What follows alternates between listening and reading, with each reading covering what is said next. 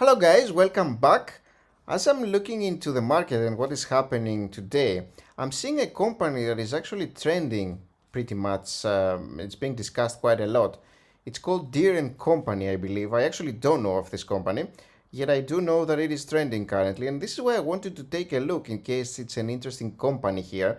You will see that this is a massively old IPO. This is a very old company, and it looks like it manufactures and distributes various equipment worldwide.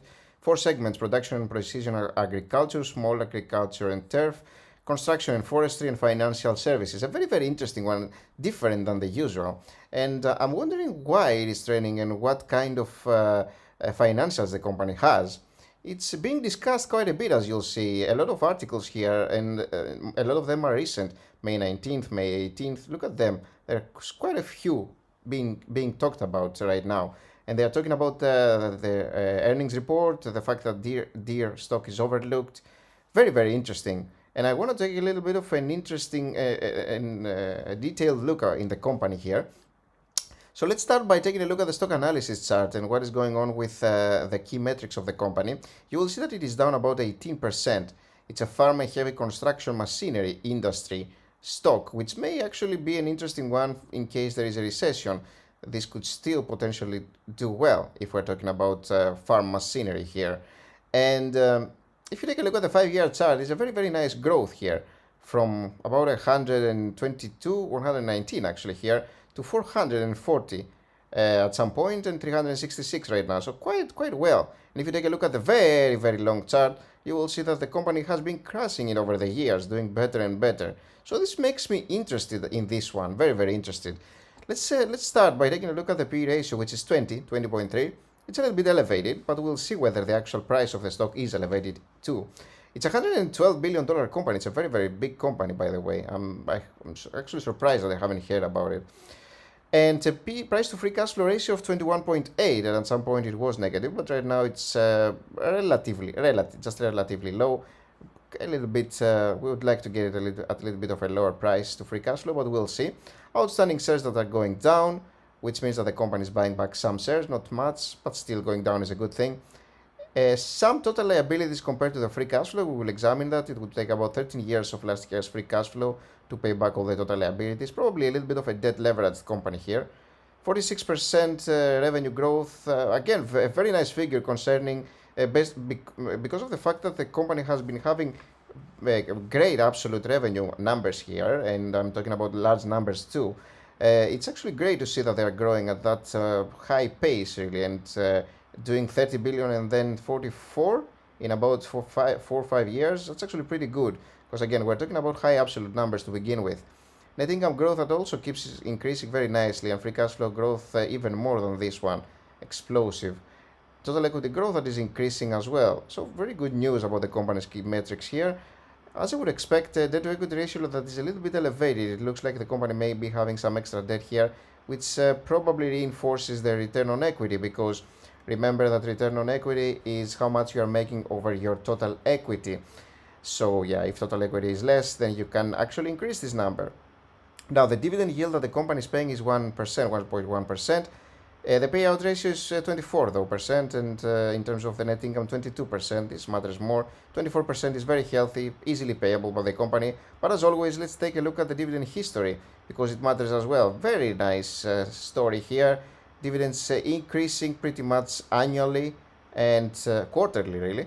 And yeah, no stalling, really. There hasn't been a decline at any point. So safe dividends here, it looks like. Okay, and the current yield is 1.15 because the price has dropped a little bit. Very interesting. Let's take a look at the financial statements, starting with the income statement. 29 billion to 43 over here, and 2.1 in net income to 5.9, almost 6. Very nice figures. What about the balance sheet of the company? We saw that the total equity has been increasing from 9.5 billion to 18.4 here. Another very nice figure to see. The company seems to be increasing their equity without actually issuing stock, which is very cool to see from a company of this sort. They're increasing actually organically. Okay, cash flow statement. You will see the net income over here, and then you will see the net cash provided by operating activities, and 5.9 to 7.7, pretty healthy here. What I'm seeing, 2.7 to 7.4. This was another non-cash item that actually affected this one on the upside. Okay, the cash from financing activities is negative because the company is, for the most part, repurchasing stock. I love to see that. And paying back debt. Still getting some debt, still paying some debt, but overall negative, which is a nice figure to see, a nice thing to see. Company is a net, pretty much a net payer of debt. That's good.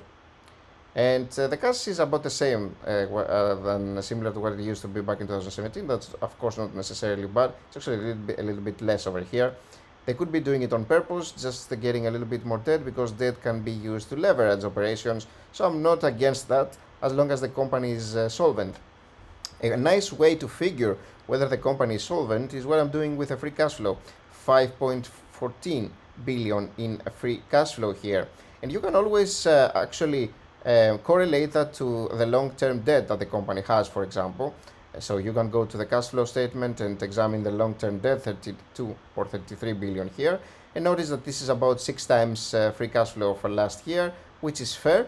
I do like to look at the total liabilities, because liabilities are not only debt, and I do like to look at the whole figure, which is 65.68 billion here. And remember, we had about, what was it, like 5.14 billion, and our tool already tells us that this is about, what was it, like 12 years or 13 years?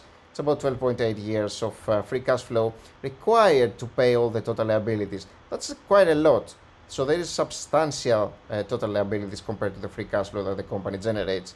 And I like the fact that they are actually paying back some debt in their investing proceedings there. So I wouldn't be too worried about this one, because I'm seeing that the company is doing well, but it's something that I would want them to do a little bit better with. The fact that the total liabilities are a little bit high. Okay, let's now take a look at what to pay for this company, because, okay, we like the company, but do we like the price of the stock, is the question. And the company has been having 5-year average of 11%, and last year they did 23%. Massively increased the revenue last year. That's a very, very nice increase, although the previous year was minus 10%. So we're probably going to go relatively low here, maybe like 3, 5, and 7.